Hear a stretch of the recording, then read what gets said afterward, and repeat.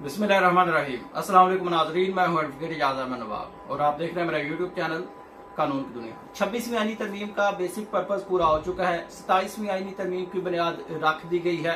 मखसूस नशिस्तें पाकिस्तान तहरीक इंसाफ से वापस लेने का प्लान कंप्लीट हो चुका है। ये किस तरह से वापस जा रही हैं और अगर ये वापस चली जाती हैं तो पाकिस्तान तहरीक इंसाफ को क्या नुकसान, बड़ा नुकसान होने जा रहा है, वो इस वीडियो में डिस्कस करना है। मखसूस नशिस्तों का केस 6 मई के लिए फिक्स कर दिया है। कौन से नए हीरे इस केस में बैठा दिए हैं और कौन से नहीं बैठाए, ये 26वीं आईनी तरमीम की जो बुनियाद थी वो केस है। अब ये केस लग चुका है 6 मई को। पहले मैं आपको बताता चलूं कि जब इलेक्शन हुआ था, इलेक्शन से कुछ दिन पहले काजी फाइज ईसा जो पाकिस्तान जुडिशियल हिस्ट्री के सबसे मुतनाज़ा तरीन और मकरूह तरीन चीफ जस्टिस साबित हुए हैं, उन्होंने इलेक्शन से कुछ दिन पहले बल्ला पाकिस्तान तहरीक इंसाफ से छीन लिया था और उसकी बुनियाद पर उसकी गलत तशरीह करते हुए, गलत तशरीह का वर्ड मैंने इसलिए यूज किया है कि सुप्रीम कोर्ट ऑफ पाकिस्तान ने, काजी फाइज ईसा ने इलेक्शन कमीशन को कहा कि इलेक्शन कमीशन ने गलत तशरीह की है केस की, उस फैसले की। तो उसकी गलत तशरीह करते हुए इलेक्शन कमीशन ने, बल्कि गलत तशरीह नहीं, उस फैसले को सहारा बनाते हुए इलेक्शन कमीशन ने पाकिस्तान तहरीक इंसाफ की पार्टी हैसियत ही खत्म कर दी। इस तरह से पाकिस्तान तहरीक इंसाफ से मखसूस नशिस्तें छीन ली गई और मखसूस नशिस्तें छीनने के लिए नया कानून भी बनाया गया। वो सारे सिलसिले चलते गए। मखसूस नशिस्तों का case supreme court of Pakistan में पहुंचा। सुप्रीम कोर्ट ऑफ पाकिस्तान के फुल बेंच ने उसकी समाअत की और 13 रुकनी बेंच ने 8-5 के तनासब से फैसला सुनाया और अक्सरियत ने फैसला दिया पाकिस्तान तहरीक इंसाफ के हक में। अब ये मखसूस नशिस्तें जरूरी क्यों थी? मखसूस नशिस्तें जरूरी पाकिस्तान तहरीक इंसाफ के लिए उतनी जरूरी नहीं थी जितनी गवर्नमेंट के लिए जरूरी थी। गवर्नमेंट ने करनी थी 2/3 मेजोरिटी और आइन में तब्दीली करनी थी अपनी मर्जी के मुताबिक, अपने सियासी हालात के मुताबिक आइन में तब्दीली करनी थी।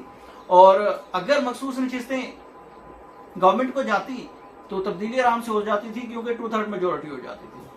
अब सुप्रीम कोर्ट ऑफ पाकिस्तान के फुल कोर्ट बेंच ने मखसूस नशिस्तें दे दी पाकिस्तान तहरीक इंसाफ को और उसके बाद 26वीं आईनी तरमीम जिस तरह से पास हुई, उसकी जो कहानियां हैं, दर्दनाक कहानियां हैं, ये सारी दुनिया जानती है कि 26वीं आईनी तरमीम किस तरह से पास हुई। इसमें मौलाना का साथ भी दिया, पाकिस्तान तहरीक इंसाफ के लोग भी तोड़े गए और बड़ी कहानी है इसके पीछे, वो सारी आप जानते हैं। जब 26वीं आईनी तरमीम पास हो गई तो इस तरमीम के तहत इस फैसला को कर दिया गया जी चैलेंज। इस फैसला को चैलेंज कर दिया गया जो फुल बेंच का फैसला था। अब उस जो फैसला दिया था उस पर अमल दरामद पहले नंबर पे नहीं हुआ, आज तक उस पर अमल दरामद नहीं हुआ। अब 6 मई को ये केस लग गया है। अब बात एक जहन में आपने ये भी रखनी है कि आज तक ये केस लग भी नहीं रहा था, ये केस लग भी नहीं रहा था। उसकी एक वजह थी। वजह ये थी कि ये क्योंकि आइन से रिलेटेड क्वेश्चन है तो आईनी बेंच में 13 मेंबर्स पूरे नहीं थे। इन्होंने सुप्रीम कोर्ट के जजेस की तादाद बढ़ाकर आईनी बेंच में 13 जजेस पूरे किए। अब ये ना आप सोचिए कि क्या सुप्रीम कोर्ट ऑफ पाकिस्तान में 13 जजेस नहीं थे, क्या वो बाकी जो जजेस बैठे उनको आइन नहीं आता था, जो वो आइन बेंच में काम नहीं कर सकते थे या ये केस नहीं सुन सकते थे? वो सारे मामला थे, लेकिन जो वो बाकी जजेस बचते थे जो आईनी बेंच में नहीं थे, उन्होंने तो अक्सरियती फैसला लिखा था, उन्होंने तो मखसूस नशिस्तें दी थी। तो क्या वो इस केस में, इस बेंच में उनको बैठाते? बिल्कुल नहीं बैठाते। और यही मतवक्को था, यही हुआ। और अब 13 रुकनी बेंच बैठा दिया है। इसमें 13 रुकनी बेंच ने जो शामिल है काजी अमीनुद्दीन खान। अब काजी अमीनुद्दीन खान और नईम अख्तर अफगान, ये दो ऐसे जज हैं जिन्होंने बाकायदा तौर पर अपने फैसले में लिखा, बाकायदा तौर पर अपने फैसले में लिखा कि जो इलेक्शन कमीशन ऑफ पाकिस्तान है इस फैसले पर अमल दरामद करने का पाबंद नहीं है क्योंकि ये गैर आईनी फैसला है। पहले लिख चुके हैं अपने फैसले में। और पाकिस्तान की जुडिशियल हिस्ट्री में ये दो ऐसे हीरे थे जिन्होंने पहली बार किसी आईनी इदारे को तरगीब दी है कि आपने सुप्रीम कोर्ट ऑफ पाकिस्तान के फैसले पर अमल दरामद नहीं करना। तो अब उसी काजी अमीनुद्दीन खान की सरबराही में ये 13 रुकनी बेंच बना है। इनके साथ बैठेंगे जमाल खान मंदोखेल, मोहम्मद अली मजहर, आयशा मलिक, सैयद हसन अजहर रिजवी, मुसर्रत हिलाली, नईम अख्तर अफगान और अकील अहमद अब्बासी, शाहिद बिलाल हसन, मोहम्मद हाशिम खान काकड़, सलाहुद्दीन पनवार, आमिर फारूक, अली बाकर नजफी। ये वो जज है। पहले नंबर पे हम आपको बताता चलूं, जो नजर सानी की पिटीशन होती है वो होती क्या है?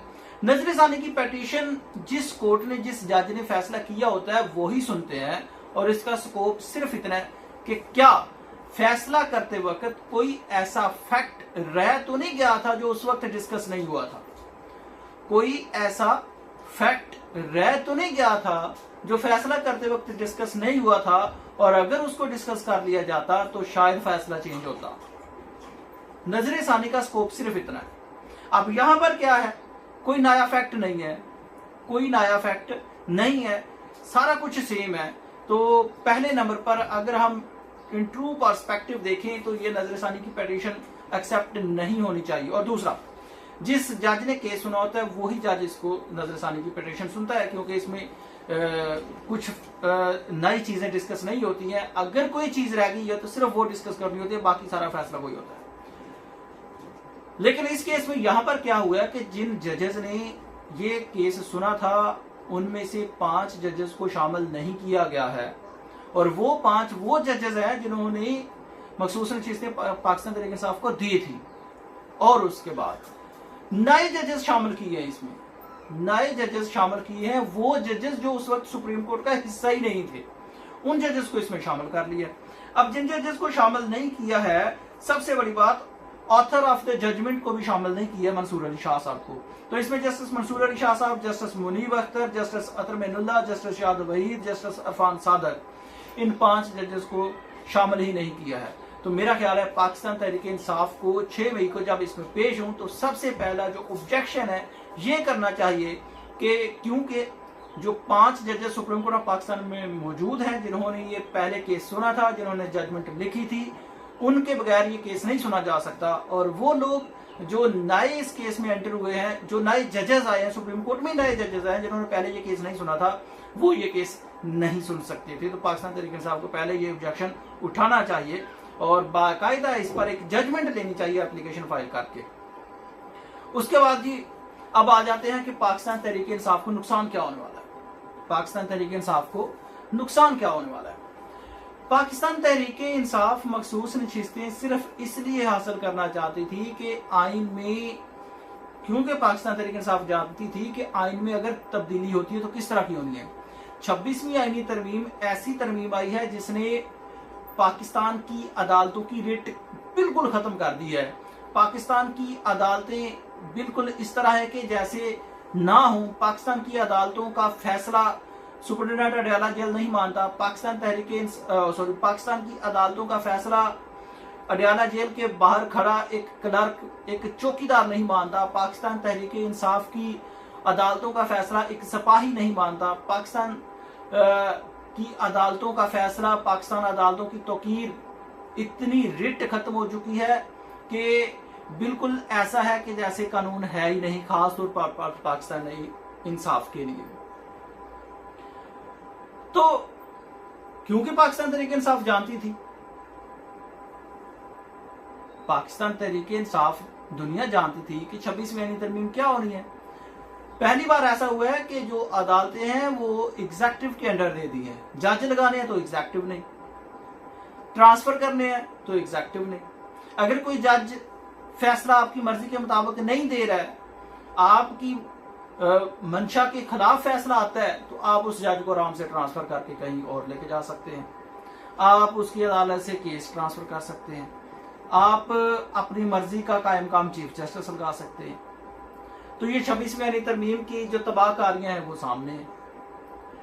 अब मखसूस नशिस्तों के लिए पाकिस्तान तहरीक इंसाफ सिर्फ इस वजह से मर रही थी, वरना पाकिस्तान तहरीक इंसाफ की जो 90 मेंबर्स बैठे हुए हैं असम्बली में, उन्होंने क्या कर बिगाड़ दिया? ना तो वो कोई कानून रोक सकते हैं, ना वो इमरान खान की राय के लिए कुछ कर पाते हैं, ना वो इमरान खान की रसाई के लिए कुछ कर पाते हैं। तो अगर मखसूस नशिस्तें पाकिस्तान तहरीक इंसाफ के पास रहें या ना रहें कोई फर्क नहीं पड़ता।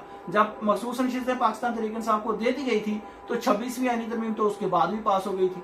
वो किस तरह से हुई वो दुनिया जानती है। अब 27वीं आईनी तरमीम जो है, अच्छा ये भी आपको बता दूं, अब ये मखसूस नशिस्तें पाकिस्तान की अदालतों के ये सूरत हाल है कि अभी बेंच बना है, 13 रुकनी बेंच बना है। आप सोशल मीडिया कंगाल कर देख लें, आप सोशल मीडिया उठाकर देख लें, आप बच्चे को पूछ लें तो आपको बच्चा बताएगा, आपको 10 साल का बच्चा बताएगा। वो बच्चा जो ये सूरत हाल देख रहा है, वो बूढ़ा 70 साल का जो ये सूरत हाल देख रहा है, वो आपको बेंच बना है तो बेंच देख के बता देगा कि इसके फैसला क्या आने वाला है। ये मैं नहीं बताता आपको, आप किसी से पूछने जाकर वो आपको बताएगा कि इस बेंच का, इस मखसूस नशिस्तों के केस का आईनी बेंच से क्या फैसला आने वाला है। ये हमारी अदालतें रह चुकी हैं, ये 26वीं आईनी तरमीम का असरात है। तो अगर पाकिस्तान तहरीक इंसाफ से दोबारा से ये मखसूस नशिस्तें, अगर फैसला आता है और मखसूस नशिस्तें पाकिस्तान तहरीक इंसाफ से वापस ले ली जाती हैं, तो याद रखें पाकिस्तान तहरीक इंसाफ को कोई नुकसान नहीं होना, बल्कि पाकिस्तान तहरीक इंसाफ को सियासी तौर पर पॉलिटिकली फायदा पहुंचना है, इखलाकी फायदा पहुंचना है।